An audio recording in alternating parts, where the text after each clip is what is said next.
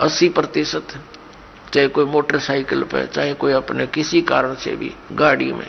तो ये तो मौत साथ चल रही है हमारे पैरेलल। हम ऐसे लोक में रह रहे हैं, परमात्मा को दया आई कि चल इन नालायकों को फिर बता देता हूं कि आ जाओ वापस यहां पर, तुम सदा सुखी हो जाओगे। अपने आत्माओं, जब परमात्मा वहां तपतशिला के ऊपर आया जहां ये प्राणियों को भून रहा था, इसका कुकर चल रहा था वहां पर, जब वो परमेश्वर हमारे पास आकर खड़े हुए, हमारे पिता, वो इतने समर्थ शक्ति है, इतने शीतल भगवान है, उनको सोम की उपाधि दी जाती है। सोम माने चंद्रमा, चंद्रमा जैसे शीतल, यानी ये तो एक उदाहरण है, लेकिन वो तो बर्फ से भी शीतल है। तो कहने का भाव ये, जब हमारे पास आकर खड़े हुए, जब वो तपतशिला पर जल रहे थे 1 लाख प्राणी, उनमें ऋषि भी थे, मैं ऋषि भी थे, गुरु भी थे, शिष्य भी थे, आम जनता के व्यक्ति भी थे। परमात्मा के वहां उपस्थित होते ही उस तपतशिला यानी पत्थर की टुकड़ी को शिला बोलते हैं। एक तई के, बहुत बड़ी तई के समान है। बाकी सूक्ष्म शरीर जो होता है वो ज्यादा बड़ा नहीं होता, अपने अंगूठे के साइज का रह जाता है, आकार ज्यों का त्यों रहता है। जिस भी शरीर से आप निकल कर गए हो, जब तक आपको दूसरे शरीर में नहीं डाल देता, नहीं आपका दूसरा शरीर नहीं मिलता, तब तक आपका वैसा ही शरीर रहेगा। चाहे आप पितर रूप में रहो, चाहे भूत रूप में रहो, या वैसे भटकते रहो कहीं पर, या स्वर्ग आदि में रहोगे। स्वर्ग के अंदर जाने के बाद फिर आपको नए सिरे से शरीर मिलता है, वहां अलग से शरीर फिर आपका बहुत लंबा चौड़ा और बड़ा बन जाता है। तो कहने का भाव यह है कि रहेगा आकार मनुष्य का ही। तो जब ये दूसरे शरीर में पशु पक्षी के में चला जाता है, तो फिर उस पशु वाला ही शरीर आपका रहेगा। जब उससे निकल जाएंगे तो नेक्स्ट में प्रवेश होगा तो उस जैसा ही हो जाएगा। फिर मनुष्य शरीर में आएगा तो मनुष्य जैसा ही, मनुष्य के अंदर जो आपका जीव आएगा उससे निकलेगा तो फिर भी वो मनुष्य जैसा ही रहेगा। ऐसा होता है। तो इसको ये बहुत थोड़े ही स्थान पर लाखों की संख्या में बैठ सकते हैं। एक शरीर में जैसे किसी बहन भाई में देखा, प्रेतों की पूरी मंडली की मंडली प्रवेश हो जाती है। वो सूक्ष्म शरीर होता है उनका, एक एक में 20-20, 30-30 प्रवेश हो जाते हैं। ये भूत यानी सूक्ष्म शरीर इतना छोटा ही होता है, ये बड़ा भी हो जाता है और घटता घटता इसको बहुत सूक्ष्म छोटा भी बन सकता है, ऐसा आ जाता है। इस अंगूठे से भी छोटा बन जाता है। यानी इसमें एक ऐसा तत्व है जो सूक्ष्म ही है। अब उसका क्या आपको प्रमाण दें? जैसे जो भक्त इस दास से उपदेशी हैं, परमपिता की यथार्थ भक्ति कर रहे हैं, उनकी आंखों के सामने कुछ भक्ति के लक्षण दिखाई देते हैं। ऐसे सूक्ष्म हैं, वो तार से दिखाई देंगे, कुछ और भी बहुत सी ऐसे नजर आएंगे। वो इतने सूक्ष्म होते हैं, वो आपके भक्ति के परिणाम हैं, लक्षण हैं। आपकी कितनी भक्ति बढ़ गई है वो उसका, वो समझ लो पैमाना है। और वो इतना सूक्ष्म है कि आप जैसे बस में बैठे हो या गाड़ी में बैठे हो अपनी कार में, और शीशा बंद हो, उस ग्लास से देख रहे हो तो शीशे के बाहर भी दिखेगा आपको, यानी शीशे को भी पार कर जाता है। और अंदर देखोगे तो यहाँ निकट से निकट भी बहुत छोटा भी हो जाता है।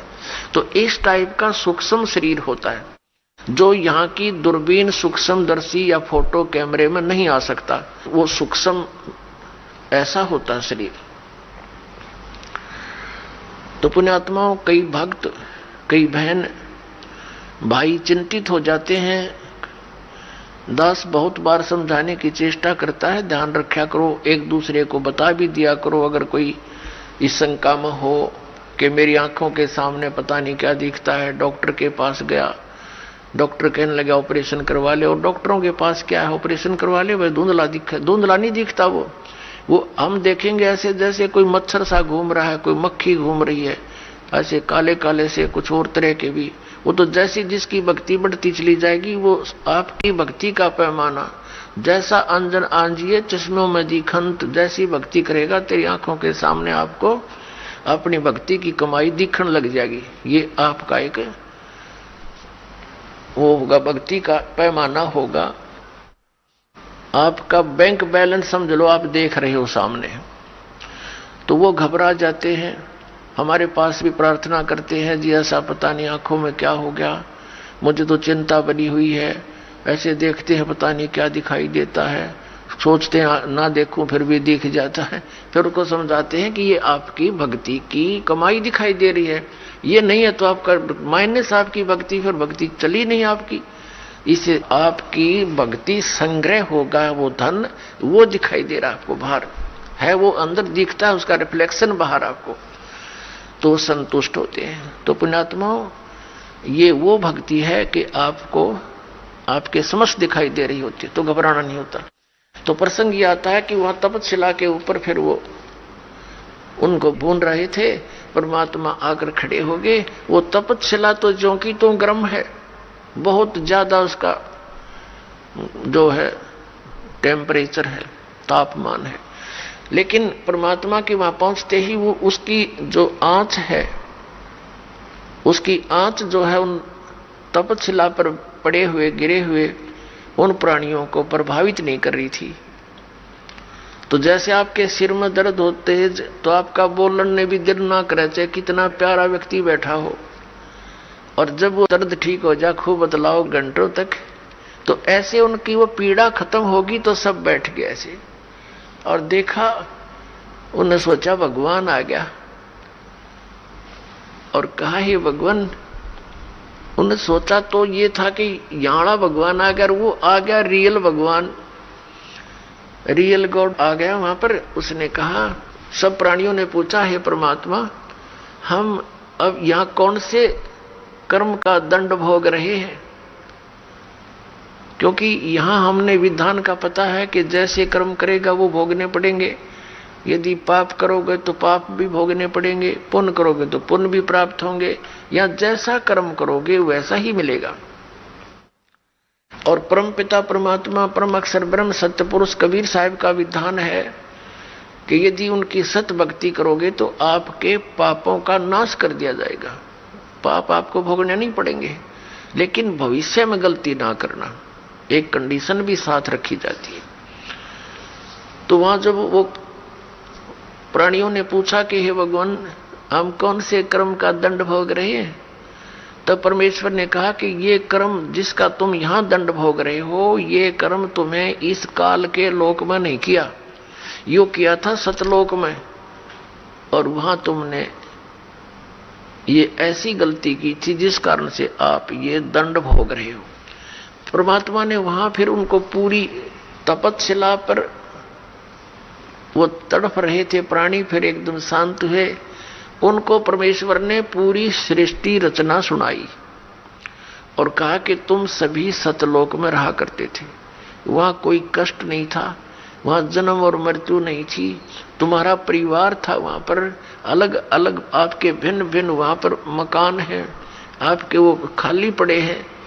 अपने आत्माओं, यहाँ प्रत्येक व्यक्ति की ये एक नेचर है हमारी मनुष्य की कि हम कोठी बनावे तो बहुत बड़ी बनावे, बहुत बड़ी हो, आगे पार्क भी हो और झूले झाले भी डल रहे हो, यानी सब तरह की सब सुविधाएं, फुहारे छूट रहे हो, झरने बना रखे हो, तालाब बना हो नहाने धोने का, लेकिन ये हमारे से नहीं बन पाते हैं, वो अलग बात है। तो ये सब सुविधाएं आप जी को वहां सतलोक में है, और वहां आपका परिवार था, और पूरा का पूरा बहुत बड़े बड़े मकान आपके वहां पर हैं, नूर के महल हैं, नूर के बाग हैं आपके, अलग अलग प्रत्येक वहां हंस के परिवार का एक बहुत बड़ा लंबा चौड़ा व्यवस्था है। और वहां सदाबहार बाग बगीचे हैं, वहां पर सब अमृत आहार है, दूध और दही आदि के वहां सरोवर भरे रहते हैं। अपनात्मा, वहां कोई भी पदार्थ खराब नहीं होता। जैसे ये गंगा एक दरिया है अपने भारतवर्ष में, इसका जल कभी खराब नहीं होता, और आज तक वैज्ञानिक ये अपने आप में न सोचे भगवान है नहीं, ये नहीं बता सके कि ये क्या कारण है। हिमालय से कितनी दरियाएं आ रही हैं, उसके जल को कितने दिन रखो आप खराब नहीं होता। ये एक सैंपल है उस सतलोक के पदार्थ का। ये सतलोक से आई है ये गंगा, और सतलोक से आई है ये निरंजन काल के लोक में, फिर आई है ब्रह्मांड में, जहां ये काल का एक टॉप, ब्रह्मांड के शिखर में टॉप में इसका अलग से एक गुप्त स्थान है। ये पहले वहां आकर गिरी, वहां इसने इसका बहुत बड़ा सरोवर था, वो 6 महीने में भरा। वहां से फिर आई विष्णु के लोक में, वहां का सरोवर भरा। उसके बाद फिर आई है शिव के लोक में, यहाँ जो इस काल का पुत्र है शिव, उस शिव के लोक का भी एक जटा कुंडली डैम है, एक बहुत बड़ा सरोवर है। वो 6 महीने में फुल हुआ वो भी, फिर वहां से फिर ये ओवरफ्लो होकर वहां से चली, वहां से आ रही है। ये इसके आने का तरीका दूसरा है। जैसे समुद्र से यहां वर्षा जो होती है, तो समुद्र का जल कैसे वहां से चलता है, वाष्प बनकर उठा, बादल का रूप धारण किया, करोड़ों टन जल ऊपर आकाश में बगैर किसी सपोर्ट के उसका रूप बदल दिया परमात्मा ने। बादल का रूप बन रहा है, करोड़ों टन वाटर है और आराम से आसमान में निरालंब है, और फिर आके बरसन लग गया। तो ऐसे ही ये वहां से सूक्ष्म रूप से गंगा वहां से शिव के लोक से गिरती है, वाष्प रूप धारण करती है। इसकी वाष्प का एक निर्बाध वे है, वो सीधा आकर के हिमालय के उस स्थान पर आकर बर्फ रूप में बन जाती है, और वहां से मेल्ट होकर के वो कंटिन्यूस नीचे आ रही है। तो ये सैंपल है उस परमात्मा के सतलोक के पदार्थों का। वहां कभी यहां भी खराब ना होती से गंदे लोक में, वहां तो बड़ा स्वच्छ स्थल है। तब परमात्मा ने सारी सृष्टि रचना बताई कि पुत्रों बच्चों, तुमने एक भयंकर भूल करी थी। ये काल भगवान वहां तपस्या कर रहा था, तो तुम उस पर आसक्त हो गए, और वो तपस्या कर रहा था कि मुझे अलग स्थान चाहिए। सत्ययुग तप इसने एक किया, उसके प्रतिफल में परमेश्वर सत्य पुरुष ने, कबीर साहिब जी ने इसको 21 ब्रह्मांड प्रदान कर दिए। तप से राज्य प्राप्त होता है। इसने फिर सत्ययुग तप किया, फिर परमात्मा ने पूछा कि तू क्या चाहता है। इसने कहा जी भगवान मुझे कुछ कंस्ट्रक्शन करने की सामग्री दे दो, मटेरियल दो। ये ब्रह्मांड 21 ब्रह्मांड तो ऐसे हैं जैसे खाली प्लाट पड़े हो। परमात्मा ने इसको 5 तत्व और 3 गुण प्रदान कर दिए कि ले तू अपना खेल ले, खिलौना तो है। इसने सोचा कि कंस्ट्रक्शन भी कर लूंगा, मकान बना लिया प्लाट में, फिर मैं अकेला इनमें करूंगा क्या, मेरे साथ कुछ प्राणी भी होने चाहिए।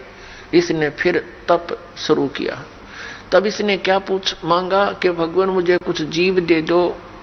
64 युग जब तप कर लिया, परमात्मा ने पूछा कि अब क्या चाहता है, 2 मांगा तुझे मैंने दे दिया। तब इसने कहा कि परमात्मा कुछ आत्माएं दे दो, मेरा अकेले का दिल नहीं लगता। तब परमेश्वर ने कहा था देखो भाई, तेरे तप के बदले में और कोई प्लाट चाहिए ले ले, लेकिन ये आत्मा मेरी अंश नहीं दूंगा, क्योंकि ये सब मेरे ही शरीर से उत्पन्न हुई है, मेरे वचन से उत्पन्न हुई है, मेरे बच्चे हैं। अपने आत्मा जिसका लाग गया वो जाने। जैसे इन बहनों से पूछकर देखो, पिता में भी ममता इतनी नहीं बनती बच्चों में जितनी मां में बनती है। एक बहन को एक बच्चा हुआ, उसके ना हाथ ना पैर ना सिर, एक रसोड़ी सी, और थोड़ी देर तड़फा और खत्म हो गया। उसके लिए भी बुरी तरह रो रही है, टक्कर मार मार के, हाय मेरा बच्चा, हाय मेरा बच्चा। अब इसी प्रकार हम परमात्मा के बॉडी से निकले हैं, उसके वचन से। और पुण्यात्माओं, जो ये लोग कहते हैं, कुछ दिग्भ्रष्ट व्यक्ति आचार्य पद प्राप्त करके, गुरु पद प्राप्त करके, इन्होंने ठेका ले रखा है जनता को गुमराह करने का और शास्त्र विरुद्ध ज्ञान बताने का। ये कहते हैं जीव ही परमात्मा है, और अस्तित्व है ही नहीं। अब जैसे ये साथ में उदाहरण भी लेते हैं तुलसीदास कृत रामायण की चौपाइयों का। गोस्वामी तुलसीदास जी ने भी कहा है कि ईश्वर अंश जीव अविनाशी, ईश्वर का अंश है ये जीव, लेकिन ये है अविनाशी। अब अविनाशी की रचना अविनाशी ही होती है, तो परमात्मा का अंश है ये जीव, उसने अपने वचन से सभी आत्माओं को रचा था। तो कितनी ममता उस परमात्मा की आपके अंदर। आप तो समझ नहीं सकते इस बात को, क्योंकि आपने यो ज्ञान कदे सुना ही नहीं। यदि सतलोक और सचखंड की महिमा सुनाने वाले ये नकली पंथ थे, ये राधा स्वामी और ये सच्चा सौदा वाले और ये जय गुरुदेव वाले और ये निरंकारी जनोद वाले, ये सारे नकली थे, न कख नहीं पता सतलोक और सचखंड का। ये काल प्रेरणा से काल ने पहले भेज दिए थे कि इतना रोड़े रड़ा दूं उस सतलोक और सचखंड के ज्ञान को कि कोई सच्चाई बताने वाला आवे सतलोक तय तो इनका पल्ला पड़ा ही नहीं, कुछ भी इनके गले उतरे नहीं। ये सारा सुनियोजित तरीके से इसी समय किया गया इस काल ने। ये दास ये इसका कंसेप्ट क्लियर करना चाहता है कि ये अब ये सारा अड़ंगा क्यों कर अड़ा दिया, कैसे अड़ गया, ये इतने पंथ बन गए और इतने श्रद्धालु उनके चिपक गए, कोई ज्ञान ना ध्यान उनका, क्योंकि ये काल प्रेरणा से और काल के प्रभाव से, मन काल है सबके अंदर और ये काल मन के रिपोर्ट से चलता है, ये मन काल के रिमोट से।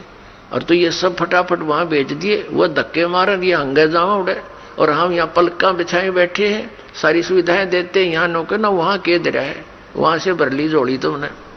कोई 20 वर्ष धक्के खा के, कोई 30 वर्ष धक्के खा के नास्तिक होने के कागार पे पहुंच गया मान। और अधिक जानकारी वसंत रामपाल जी महाराज जी से निःशुल्क नाम दीक्षा प्राप्त करने के लिए संपर्क करें। हमारे संपर्क सूत्र है 8222880541 8222880542। आप नीचे स्क्रीन पर दिए गए हमारे अन्य नंबरों पर भी संपर्क कर सकते हैं। विजिट करें हमारी वेबसाइट पर। हमारी वेबसाइट है www.jagatgururampalji.org। इस ज्ञान को जितना फैलाओगे आपको उतना ही पुण्य मिलेगा, ये सत्य मान लेना।